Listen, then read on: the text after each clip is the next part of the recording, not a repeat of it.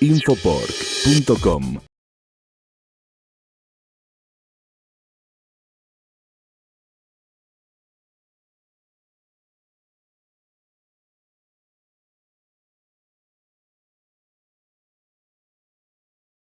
Yo le voy a presentar al doctor Pedro Urriola. Él es médico veterinario, PhD en nutrición animal en la Facultad de Illinois. Es egresado de la Universidad Central de Venezuela y actualmente está trabajando en la Universidad de Minnesota. La charla va a ser manejo nutricional de diarreas postdestete y bueno, espero que disfruten de la charla. Adelante, Pedro. Gracias. ¿Me escuchan todos? Perfecto. Bueno, gracias por haber venido y yo sé que a lo mejor hicieron un almuerzo corto y más rápido, tipo americano, para llegar aquí a la charla. Y bueno, entonces haré un esfuerzo para mantenerlos despiertos y mantenerlos acá. Esperemos que el tema sea interesante y de su provecho. Bueno, primero por manejo de diarreas postdestete, quiero darle así un pantallazo, como dicen acá, de qué es lo que queremos hablar. Un poco del impacto, cuál sería la etiología de los patógenos o si todo es derivado por efecto de los patógenos, o un poco también de fisiología y función del tracto gastrointestinal. Y finalmente, que hablamos un poco de los requerimientos nutritivos. Si eso fisiología está cambiando, que hablemos un poco de los requerimientos nutritivos y un ejemplo o algunos ejemplos de aditivos que nos ayudan para el control de esa diarrea.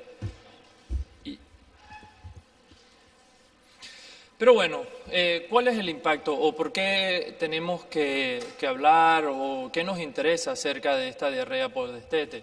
Bueno, finalmente tiene un impacto en la reducción de la digestibilidad con reducción de la absorción de nutrientes.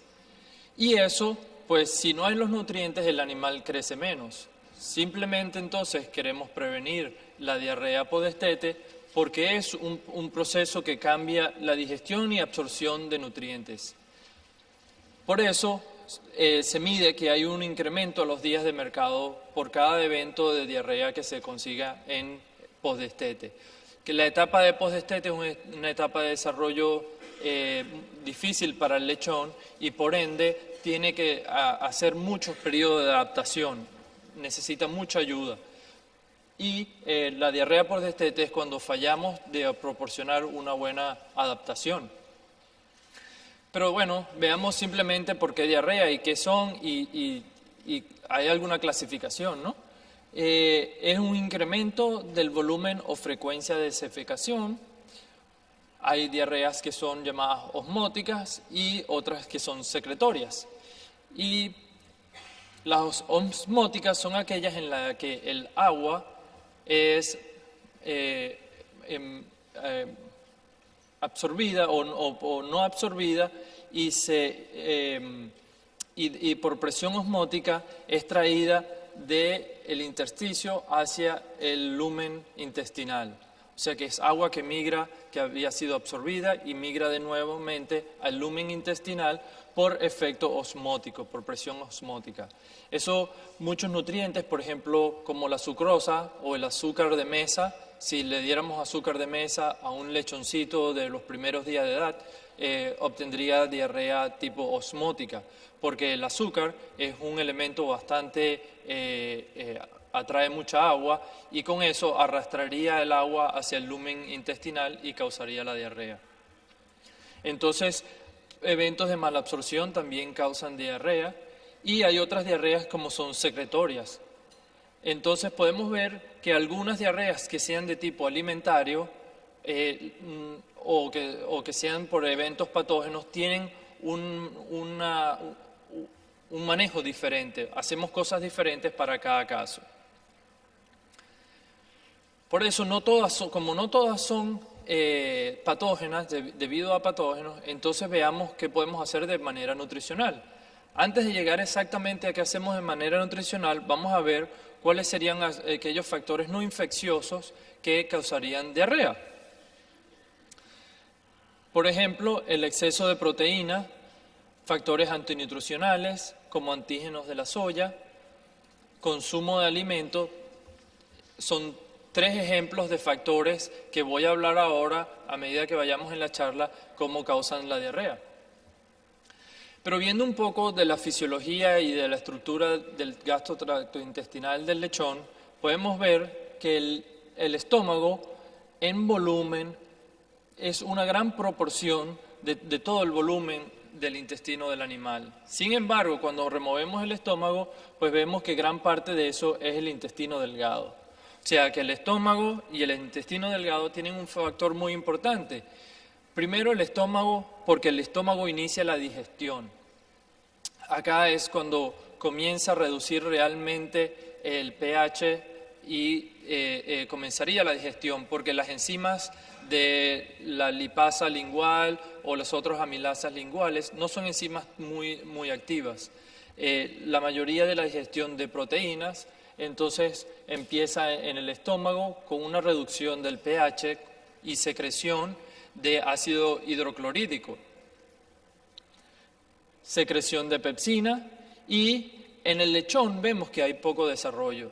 ¿Cómo vemos esto? Bueno, en el lechón vemos que el pH que está aquí entre el lechón comparado con el cerdo de crecimiento y engorda, vemos que el pH del estómago del lechón puede ir entre un 4.5 a un 7, cuando en comparación en el cerdo de crecimiento y engorda, ese pH puede ir de un 2 a un 5. Entonces, el lechón tiene un pH más alto, más alcalino. Las enzimas, por ejemplo, la enzima la pepsina, necesita un pH inclusive alrededor de 4. O sea que cuando el pH sube de 4, la eficiencia de esa enzima se reduce. Y al reducir la eficiencia de la enzima, obtenemos menor digestión de las proteínas. Esa es una de las primeras consecuencias del pH. La segunda consecuencia es que hay menor barrera para los patógenos. También hay cambios morfológicos, cambios de la actividad de las enzimas. Vamos a hablar un poco de las enzimas. Acá tenemos la actividad proteolítica de la mucosa y tenemos la edad del lechón. Y vemos cómo a medida que los lechones se hacen o crecen, maduran, su sistema digestivo también madura, con lo cual la actividad proteolítica de las enzimas, la capacidad de digerir proteína aumenta a medida que el lechón incrementa su edad. Y eso viene dado porque después del destete el lechón lleva cambios en el sistema digestivo. Esto sería el porcentaje de cambio antes y después del destete. Vemos que el peso de todo el tejido, si agarramos todo el sistema digestivo y lo pesamos, sacamos, limpiamos el alimento que hay dentro del sistema digestivo y lo pesamos, antes y después del destete, el cambio, veríamos que de todo el tejido hay una pérdida del 18%. 2 días después del destete. 8 días después del destete ganamos otra vez 14% y después de 15 días después del destete se recupera a 49% de lo que era el antiguo peso que había en el tracto gastrointestinal. Lo que nos quiere decir esto es que el lechón está perdiendo parte de la masa digestiva, del aparato digestivo, y esa parte, la gran parte, es de la mucosa intestinal. Vemos cómo después del destete se pierde hasta un 30% de la masa intestinal. De esa parte de la masa intestinal es importante porque es donde está el área absortiva. Esto sería un diagrama de las vellosidades intestinales, donde está la parte de la vellosidad y la parte de las criptas. Cuando el lechón después del destete pierde mucha proporción de las vellosidades. Como vemos acá, estos son datos del doctor Layès de Francia. La altura de las vellosidades se reduce en un 40%, o sea que esta altura que está acá se reduce a un 40% de lo que eran antes. Entonces podemos pensar, claro, que si esta es la superficie de absorción y se reduce en un 40%, yo tengo 40% menor superficie para absorber nutrientes. Entonces, en la sección del intestino y en la sección de las actividades enzimáticas vimos que habían menos enzimas, o sea que había menor capacidad para digerir, pero también hay menor capacidad de absorber lo que se haya digerido. Las criptas se hacen más profundas también y aquí sería cómo aumenta el valor de la profundidad de la cripta. Y la cripta, como no es una entidad de absorción, sino las células de acá no tienen mecanismo de absorción, se cuenta como como exceso de energía o como energía extra que el animal necesita para crecer para mantener estas criptas. La parte funcional se disminuye y aumenta el gasto energético en mantenimiento. Otras enzimas podemos ver que también reducen su actividad, como inclusive la lactasa después del destete y las aminopectidasas. Entonces, en resumen, durante este periodo de transición del destete hay menor actividad de las enzimas, por eso tenemos menor absorción de nutrientes, pero sin embargo también hay pérdida de las vellosidades, con lo cual no hay el equipo necesario o el aparato necesario para absorber esos nutrientes que se hayan digerido, con un aumento de las criptas y un aumento en el gasto energético. Las causas de esto, bueno, son multifactoriales, como edad al destete, anorexia, cambios dietéticos y exposición a patógenos. Ahorita vamos a hablar un poco acerca de esto. Pero si hay un problema de digestibilidad o si hay un problema del animal digiriendo los nutrientes, pero recordemos que el lechón es un animal que está creciendo y la mayoría del crecimiento que él pone es crecimiento magro, está creando músculo. Bueno, y tenemos que alimentar ese lechón. Lo que hacemos entonces es utilizar nutrientes o ingredientes más digestibles. O sea, hablemos un poco cómo se mide la digestibilidad y cuáles son las diferencias de digestibilidad entre lechones y cerdos de crecimiento. Esto es un ejemplo de cómo dietas que sean bajas en nitrógeno, ¿verdad? Y pueden ayudar a reducir la incidencia de las diarreas postdestete. Esto es un ejemplo de un experimento donde tuvieron cerdos no infectados y cerdos infectados con Escherichia coli, con una cepa patogénica de Escherichia coli. Y a esos lechones los alimentaron con dos tipos de dieta. Una dieta con alta cantidad de proteína, de 23 o digamos 24% de proteína, una dieta bien alta en proteína, y una dieta donde redujeron la cantidad de proteína de la dieta. ¿Ok? Y están midiendo acá, entonces, la cantidad no total de nitrógeno consumido en el animal. Por supuesto, si a este animal le estamos dando una dieta baja en nitrógeno, tiene menor consumo de nitrógeno, no nada nuevo. En este animal infectado también tuvo menor consumo de nitrógeno. Sin embargo, la cantidad de amonio que se fermenta o que se produce en el ciego de ese lechón es diferente. Este amonia viene de la deaminación de aminoácidos que no fueron digeridos y absorbidos en el intestino delgado. Pasaron al intestino grueso, las bacterias lo pillan o lo toman, lo deaminan y producen amonio. Podemos ver que en lechones entonces no infectados y alimentados gran cantidad o una dieta alta en proteína, pues claro, tienen mayor cantidad de amonia en el ciego. En esos lechones en una dieta baja en proteína, pues disminuye la cantidad de amonia. Ahora, si infectamos ese lechón, la cantidad de amonia, por ejemplo, aumenta. ¿Por qué? Porque ese lechón está teniendo problema digestivo donde digiere menos proteína, esa proteína pasa al intestino grueso donde se diamina.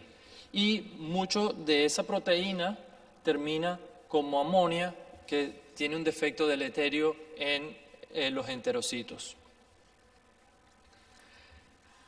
Prácticamente, o sea, de una manera, eso fueron las mediciones de amonia, pero en una manera más práctica de ver los datos de esos experimentos, este grupo de Kim de Australia también midió la cantidad de casos de diarreas postdestetes.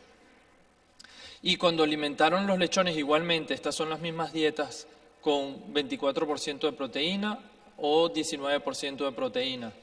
Si las dietas no están, si los animales no están alimentados o no están infectados, pues no hay muchos casos de diarrea postdestete. Cuando los animales están alimentados una dieta alta en proteína, pues observaron hasta un 7% de incidencia de esa diarrea. Cambiaron la dieta o le pusieron a otro grupo control una dieta baja en proteína y ven una reducción de las diarreas postdestete. O sea que utilizar dietas bajas en proteína parece ayudar mucho en aquellos eventos de infección con Escherichia coli. Y la idea o el principio, el mecanismo detrás de este evento es que cuando alimentamos menor cantidad de nitrógeno o dietas más bajas en proteína, habrá menor cantidad de nitrógeno siendo fermentado en el intestino grueso. Entonces, ¿cómo haríamos para disminuir esa cantidad de proteína? Una manera, entonces, es simplemente disminuir completamente el nivel nutricional de la dieta o disminuir la cantidad de proteína de la dieta. Esta sería una dieta común, una dieta normal. Digamos que acá en el nivel de las Y tenemos el requerimiento, sería el 100% del requerimiento, ¿verdad? Una manera sería disminuir en las líneas azules oscuras, disminuir la cantidad. Pero en realidad estaríamos, por ejemplo, dándole 10% menos de los requerimientos de lisina que ese animal necesita. Una manera de hacer esto es utilizando aminoácidos sintéticos, por ejemplo. Esto sería el nivel nuevo de lisina que obtendríamos utilizando menor cantidad de fuentes de proteína. Y el resto del requerimiento se puede llenar con una dieta o utilizando aminoácidos sintéticos. Entonces, utilizar aminoácidos sintéticos puede ser una manera de mejorar o de tener una dieta baja en proteína para poder entonces disminuir la cantidad de amonia que es fermentado en el tracto gastrointestinal. Bueno, la segunda manera sería alimentar ingredientes que sean más digestibles, que tengan mayor cantidad de digestibilidad. Una manera es, utilizo un aminoácido sintético que es de alta digestibilidad, otra es buscar ingredientes que sean de alta digestibilidad también. La digestibilidad en cerdos se mide al final del ileum. Si aquí tenemos entonces boca, estómago, intestino delgado, todo lo que serían las asas yeyunales, el ileum, y normalmente se hace una cirugía donde se coloca lo que se llama una cánula T al final del ileum, para poder recoger el material del digesta o lo que no se digirió y absorbió en el intestino delgado. Eso es el procedimiento más común. Hay otros procedimientos que fueron utilizados hace muchos años en Europa, como la PTC o otro tipo de cánula, pero la cánula T es el procedimiento que hasta ahora ha sido más común. Entonces, colocamos la cánula al final del intestino delgado, en el ileum, colectamos la excreta y se calcula entonces lo que el animal ingirió menos lo que está excretando, dividido entre lo que ingirió, sería el porcentaje de digestibilidad de los aminoácidos o de la proteína en esa dieta. También están las pérdidas basales, endógenas de aminoácidos y las pérdidas específicas. Sabemos que en los lechoncitos, que hay casos de lechoncitos, que estas dietas o estas pérdidas que asumimos que serían iguales, no son iguales a las pérdidas que hay o las pérdidas basales endógenas que hay en el cerdo en crecimiento. Por eso las digestibilidades que se calculan siempre son un poco menor que las digestibilidades que se calculan en el cerdo de crecimiento. ¿Cuáles serían fuentes con alta digestibilidad? Por ejemplo, la leche, la harina de soya es una buena fuente de proteína, sin embargo, tiene altos problemas, que ya le vamos a contar. Y el concentrado de soya o la soya extrusada. El problema con la soya y los derivados de soya es que tienen factores antinutricionales. Estos factores antinutricionales, por ejemplo, la glicina y la conglicina. Esto sería el título o la cantidad de glicina y de conglicina encontrado en los ingredientes que le acabo de mencionar. Pues, por ejemplo, la leche no tiene, pero la harina de soya tiene alta cantidad de glicina y alta cantidad de conglicina. Si vemos la ganancia de peso o el consumo de alimento de esos lechones, podemos ver que lechones alimentados con leche tienen mayor cantidad o mayor ganancia de peso post-destete que aquellos lechones que fueron alimentados con harina de soya, concentrado de soya o inclusive con soya extrusada. Con soya extrusada tuvieron mejor crecimiento que cuando tuvieron alimentado con harina de soya. Muchos de eso es por destrucción de factores antinutricionales como los inhibidores de la tripsina. Sin embargo, no todos los factores antinutricionales en soya son lábiles o son hábiles para destruir con calentamiento. Entonces, podemos ajustar también el requerimiento de los aminoácidos para obtener dietas bajas en proteínas. Cuando hablemos esta tarde un poco del taller del NSR, les diré un poco de cómo se obtienen los requerimientos nutricionales para aminoácidos para cerdos. Entonces, para hacer un poco de recuento, hay menor cantidad de digestión de los aminoácidos y de las proteínas. Buscamos utilizar fuentes de proteínas que sean de alta digestibilidad. Podemos suplantar con aminoácidos sintéticos para poder obtener mejor digestión de las dietas y disminuir la cantidad de amoníaco que cruza o que pasa del tracto intestinal o del intestino delgado al intestino grueso. Pero también hay una interacción entre la proteína y el tipo de fibra o la fibra. Acá tenemos experimentos donde tenían un 16% de proteína en la dieta contra 20% de proteína en la dieta y midieron incidencia de la diarrea. Y observaron que cuando el animal se le alimentaba una dieta baja en proteína, pero tenía 72 gramos por kilogramo de NDF, de fibra neutra detergente, observaron que tenían mayor incidencia de diarreas. Sin embargo, cuando esos animales estaban alimentados en una dieta alta en proteína, vieron por el contrario una reducción en la incidencia de las diarreas. Entonces, hablan de una interacción. Cuando hay una dieta alta en proteína, pareciera que alimentar fibra ayuda. Cuando hay una dieta baja en proteína, alimentar fibra pareciera detrimental o pareciera no de beneficio. Y la hipótesis que se piensa es que las bacterias en el tracto gastrointestinal, en el ciego o en el colon, necesitan hacer energía. Cuando, en el caso de este animal que tiene una dieta baja en proteína, el animal tiende a buscar, o las bacterias tienden a buscar energía, a utilizar la fibra como fuente de su energía. Sin embargo, por el contrario, cuando tienen alto nivel de proteína, las bacterias pueden utilizar la fibra como fuente de energía y pueden utilizar el nitrógeno para hacer nitrógeno proteico de la bacteria. Entonces la bacteria no tiene que deaminar. Y eso se ve también en el caso de los tratamientos que observaron como otra medición. Sin embargo, ahora vemos que también el tipo de fibra puede tener un impacto.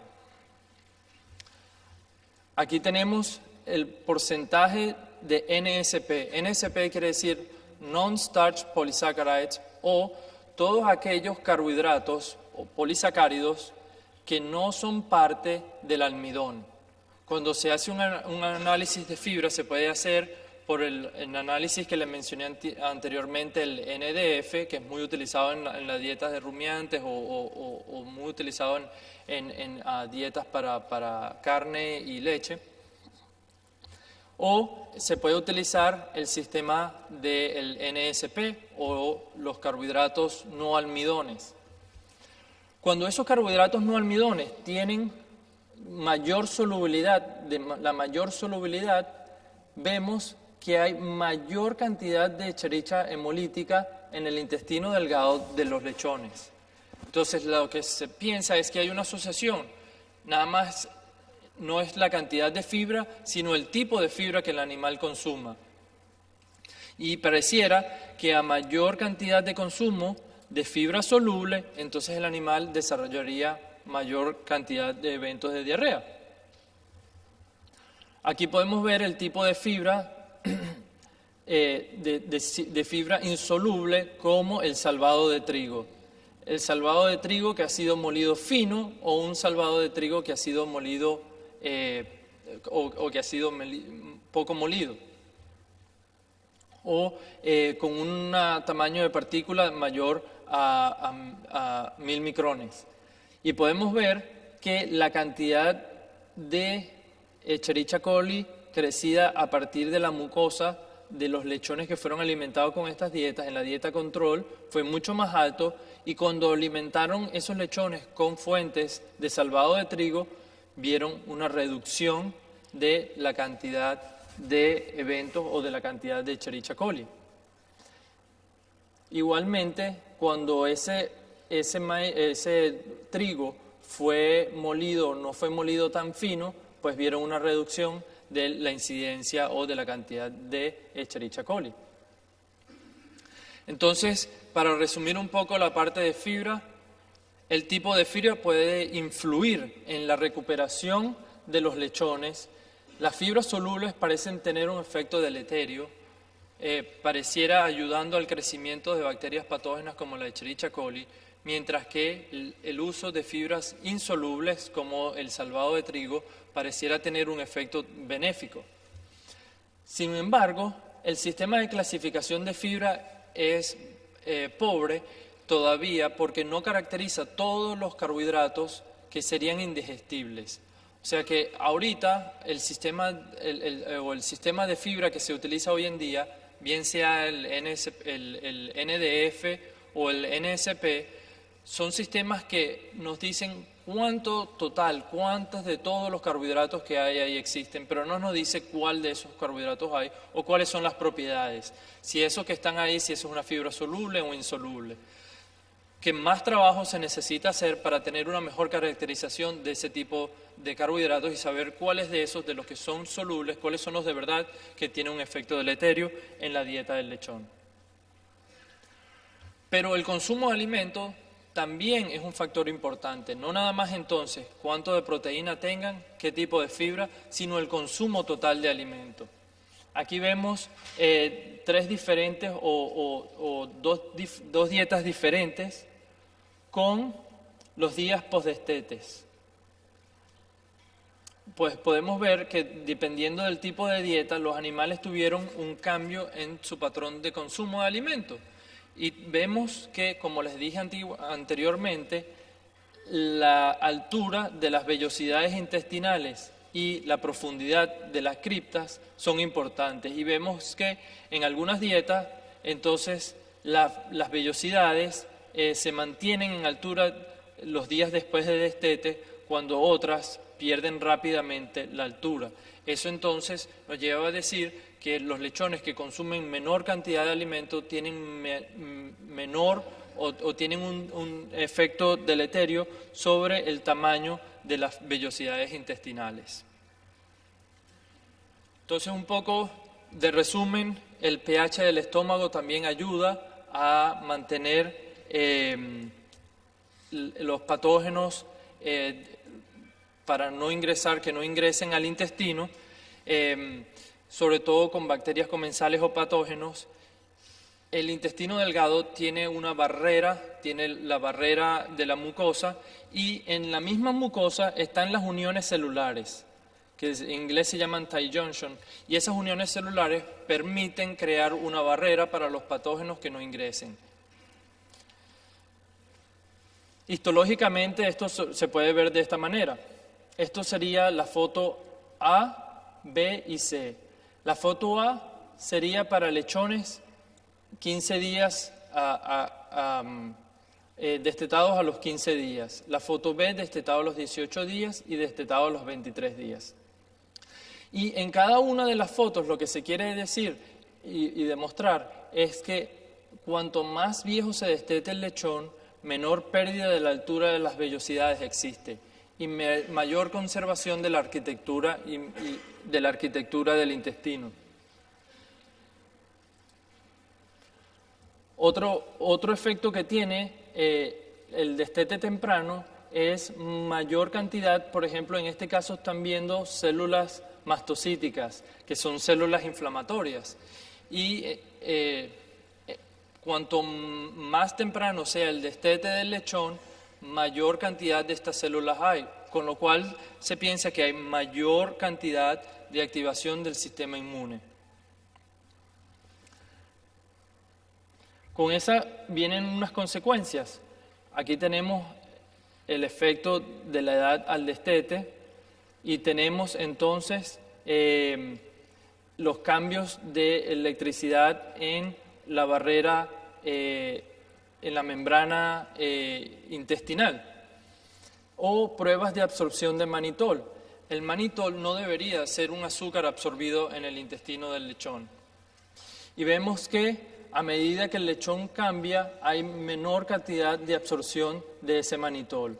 Cuando el lechón se desteta muy temprano, hay gran absorción de ese manitol que no debería estar siendo absorbido, lo cual nos lleva a pensar que hay una ruptura de esa barrera, de lo que se llama la barrera intestinal.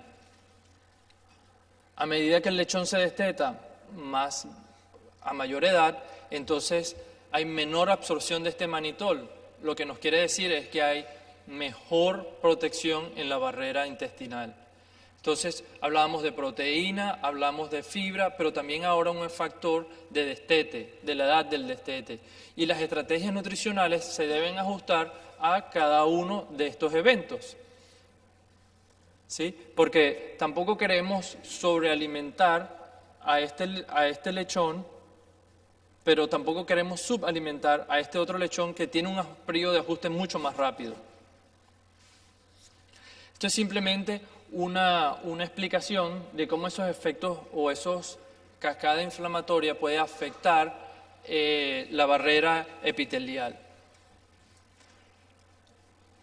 Tenemos la lámina propia y tenemos cada una de las células que conforman el epitelio intestinal. Y cuando hay un proceso inflamatorio se rompen algunas de estas unidades o de estas uniones, y bacterias pueden penetrar y causar una activación del sistema inmune. Al causar esa activación del sistema inmune, el lechón pues cambia su metabolismo y hay gran cantidad de deaminación o cambio de pérdida del músculo, porque aminoácidos del músculo van a pasar al hígado para ser utilizados en la producción de proteínas, por ejemplo, de la fase aguda. Eso cambia todo el perfil de requerimiento de aminoácidos del lechón. Sin embargo, hasta este momento no hay un perfil de aminoácidos o un perfil de proteína ideal que se sepa para esos lechones en ese estado de activación del sistema inmune. Y finalmente, para hacer un recuento, el éxito de estas estrategias nutricionales depende de la capacidad de ganancia del lechón. Aquí tenemos, por ejemplo, en el índice de las X, tenemos la ganancia de peso del lechón, comparación con el grupo control. Y aquí tenemos entonces el porcentaje de crecimiento esperado entre los lechones que fueron alimentados, la dieta control o los alimentos o los lechones que fueron alimentados con, en este caso, los probióticos. Y podemos ver que a medida que los lechones tienen mejor crecimiento, la diferencia entre el grupo control y el grupo que recibió probiótico es menor. Lo cual quiere decir con esto es que la ventaja o el uso de un probiótico en un lechón que tiene un alto crecimiento no paga por el hecho de utilizar ese probiótico. En el caso de un lechón que tiene un evento o que está creciendo más despacio, pues pareciera que los aditivos sí son mejor o utilizados por el animal. Uno de esos aditivos sería, por ejemplo, el óxido de zinc, que es muy utilizado. El óxido de zinc se conoce que reduce la incidencia de diarreas postdestetes y esto es buscando un poco cuáles son esos mecanismos. Y este mecanismo está muy está asociado al nivel de amonia que se consigue en el intestino delgado y en el colon de los lechones. Esta es un poco complicada, estas dos gráficas, pero se las explico. Acá de este lado tenemos la edad del lechón, 30, 39, 48 y 53 días de edad. Y tenemos diferentes segmentos del intestino. El número 1 sería el estómago, el número 2 sería el yeyuno, el número 3 sería el ilium y el número 4 sería el colon. Entonces, los diferentes segmentos del intestino, las diferentes edades del lechón, puesto con la cantidad de amonia que consiguieron en esas regiones en el grupo control o con la gran cantidad o alimentados con zinc a 2400 ppm. ¿Se entiende? Entonces, vemos que hay mayor cantidad de producción de amonia en los lechones alimentados en la dieta control en comparación con aquellos alimentados con el zinc. O sea, que pareciera que parte del mecanismo del óxido de zinc es reducir la producción de amonia en el intestino grueso de los lechones alimentados.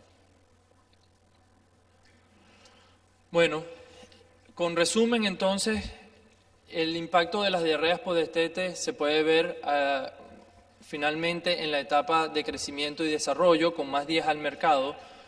No todas esas diarreas postdestetes son causadas por patógenos.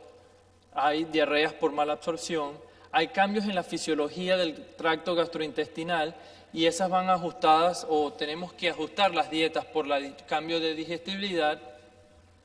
Y hay otros factores o otras dietas que interactúan como el nivel de fibra y el nivel de las proteínas.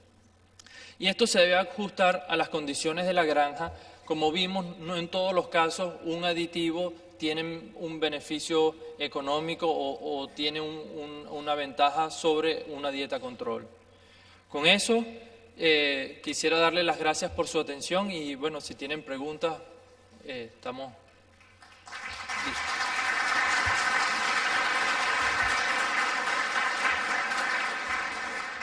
Bueno, primero agradecer a Pedro por la presentación y bueno, aquel que quiera hacer algunas preguntas.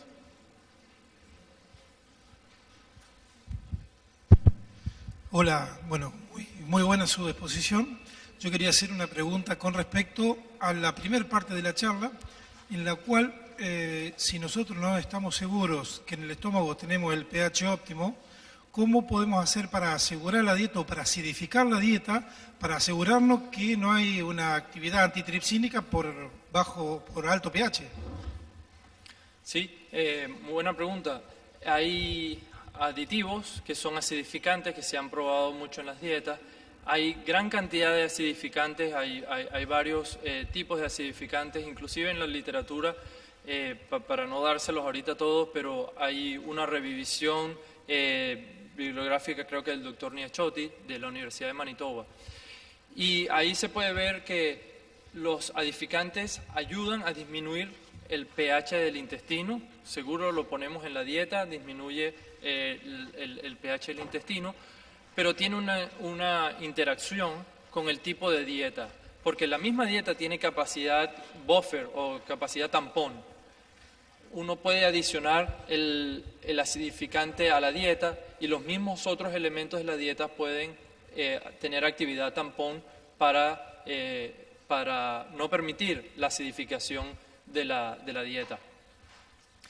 Pero una vez que el lechón consume esto, esos acidificantes muchos se desintegran o se desdoblan, pierden el hidrógeno y reducen entonces el pH del estómago. Hay basados en ácido fosfórico, hay basados en ácido cítrico, hay basados en ácidos benzoicos y todos tienen un nivel de efectividad diferente. Hay algunos que son inclusive recubiertos, hay bastantes tipos de acidificantes de la dieta.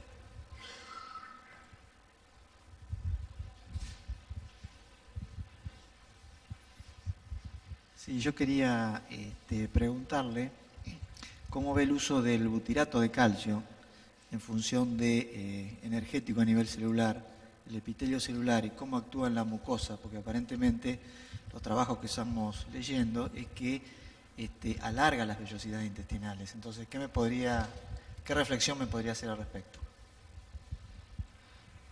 Bueno, ahorita no tengo una lámina que muestre cómo es el metabolismo de los ácidos grasos de cadena corta, pero bueno, los 3 ácidos grasos de cadena corta que mayor se producen durante la fermentación serían acetato, propionato y butirato, que está usted mencionando.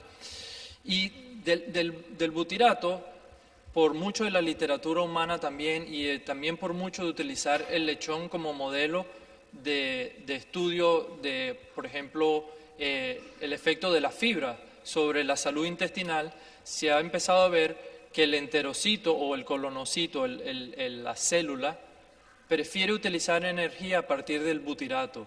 O sea que es una fuente de energía para ese enterocito.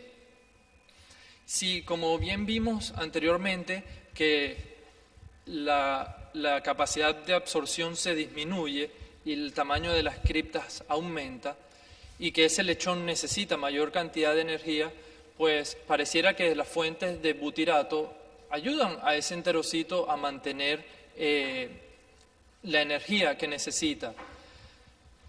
Una de las cosas que se ve más claro es en modelos de humanos o en modelos de animales con eventos de enfermedad crónica, por ejemplo, como los problemas de colon en los humanos.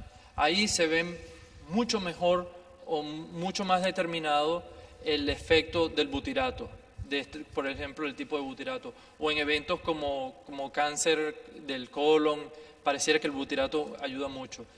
En eventos tan agudos como la diarrea en el lechón, sí puede haber algún efecto de ayuda, pero dependiendo de qué tan sea el patógeno, tan agudo sea el sistema del patógeno, pues darle más energía a lo mejor no ayuda si está creciendo una Escherichia coli, por ejemplo, muy rápido. Entonces hay un balance, sí puede ayudar y se conoce porque el enterocito puede utilizar butirato como fuente de energía. Muchas gracias.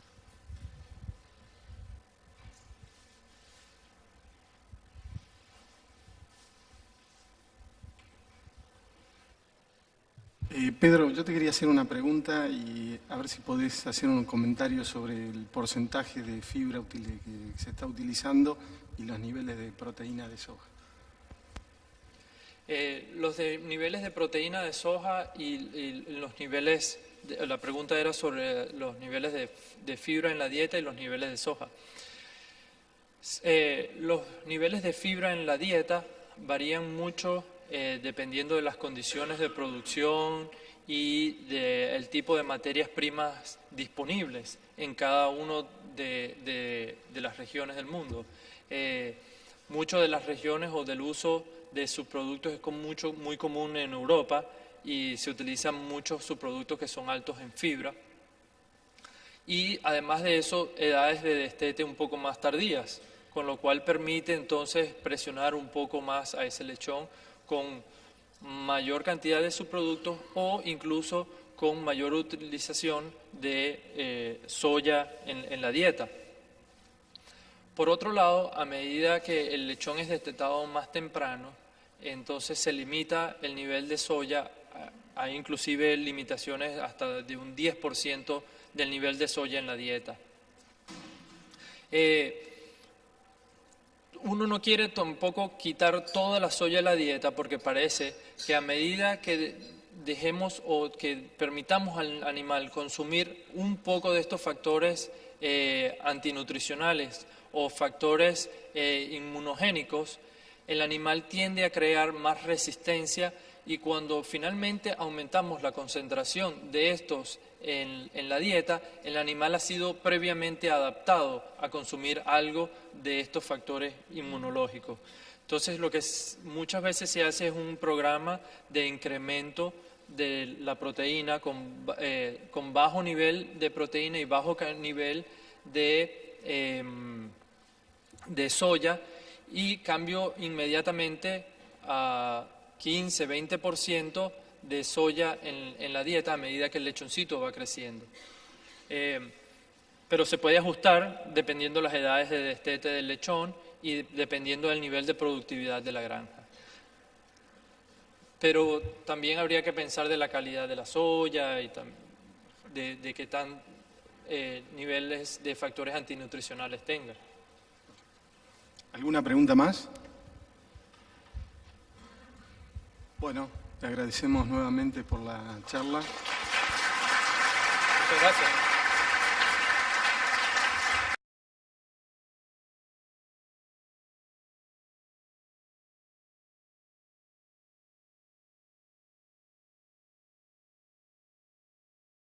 Visite www.infopork.com.